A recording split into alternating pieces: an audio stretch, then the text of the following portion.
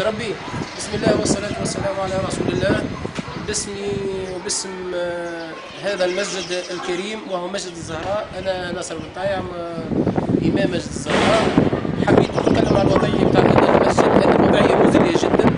أنا تو نباشر في هذا العمل، عندي سنتين في هذا الجامع، ولكن ليس فيه لا منظف ولا مؤدب. الوضعية مزرية جدا. تو إن شاء الله وتشوفوا الوضعية بتاع الجامع اللي أولا نورمالمون يكون في اطار ديني كامل. هذا فيه نقص من الاطار الديني. حتى المواطنين هنا مش قاعدين يشاركوا برشا باش ينظفوا بيت من بيوت الله، وخاطر الانسان لوحده وراه يد وحده ما تصفقش. نحاولوا باش ان شاء الله نعطيكم بسطه على الوضعيه اللي فيها المسجد الان. نتوكل على الله ونشوفوا هذه اول بسطه اللي امام المسجد. نشوفوا الوضعيه. عملنا اشغال وحبنا نلقى عندنا الحجر الواحد منظر عباد تدخل بيت الله الحجر تلقى منظر كما هذايا ماهوش معقول حتى طرف. حتى واحد المواطنين لا يحرك ساكنا. حتى اللي كلمناهم باش يعاونونا، فما اللي يعاون فما اللي ما يعاونش. نجموا نزيدوا ندخلوا شويه باش نشوفوا الوضعيه نتاع الجامع اللي هي وضعيه مزريه حقا. باش نقول لك مثلا ما عندناش مكان باش نحطوا فيه صبابتنا. انظر جاجو نتاع جازوز يا ناس يتحط فيه الشلايك. هذه مغطية علينا كيف كبيرة وما نلقاش وين نحطوها. مغطي حتى على الضوء ما نقدرش. واحد طالع دي مونتاج ما لقيناش فين واحد، ما لقيناش شكون يحط. يعني شو نقول لك وضعية كيف لي تواليت ساعات نضلهم نضاف وساعات ما نلقاش شكون ينظف. عشان كذا البنزاسة وما إلى ذلك. هاي لي تواليت معناتها ساعات نلقى وقتنا باش ننظفهم وساعات ما نلقاش. هاي الوضعية. جيت تشوفوا مليح الوضعية باش ما نقولوش قاعدين نبالغوا. هاي الوضعية من هنا. هذا وضع المسجد. لازم تزيد تدخل شوية يا أخي وتشوف. هذه وضعية الجامع. يعني تبارك الله نظافة وعفافة. فهمتني؟ لازم نزيد ندخل من داخل بيت الصلاة. هذه هي الوضعية اللي نحن فيها.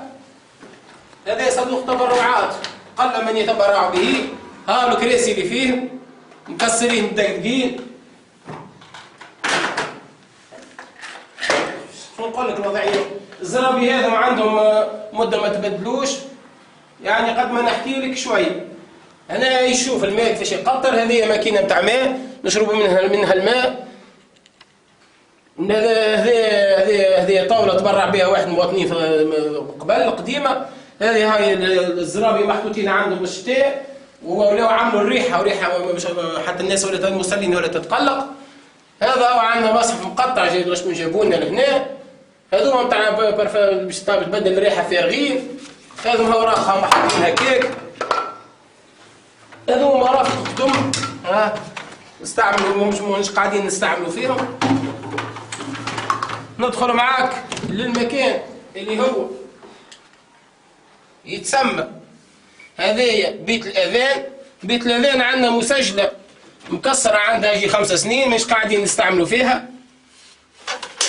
فما ليكتور CD نخدموا به جيستو للأذان. ومع الميكرووات هذوما كلهم مكسرين واللي بافل هذوما مكسرين ما يخدموش. شنو نقول لك يا اخي؟ يعني مازلنا نعيشوا في العصر الحجري. مازال عندنا ديسات نحط بالغبره. اناش قاعدين نستعملوا فيهم.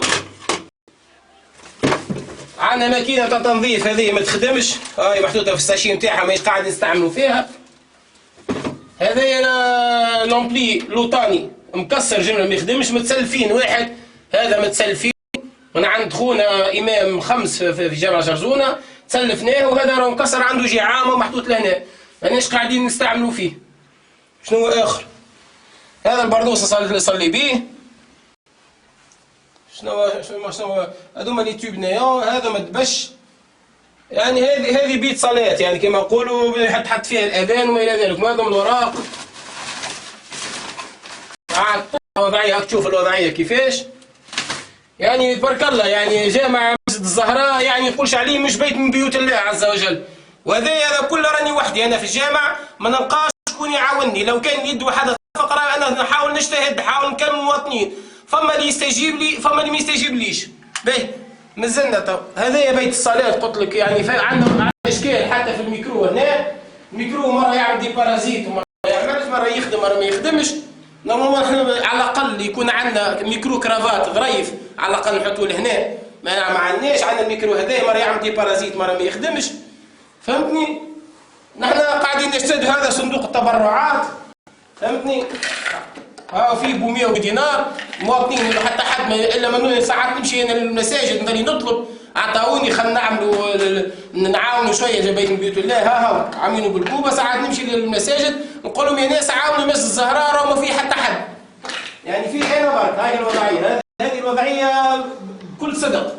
هذوما بتوك وقع تبرعات بيهم، جابوهم الاخوه تبرعوا بيهم، ربي يبارك فيهم.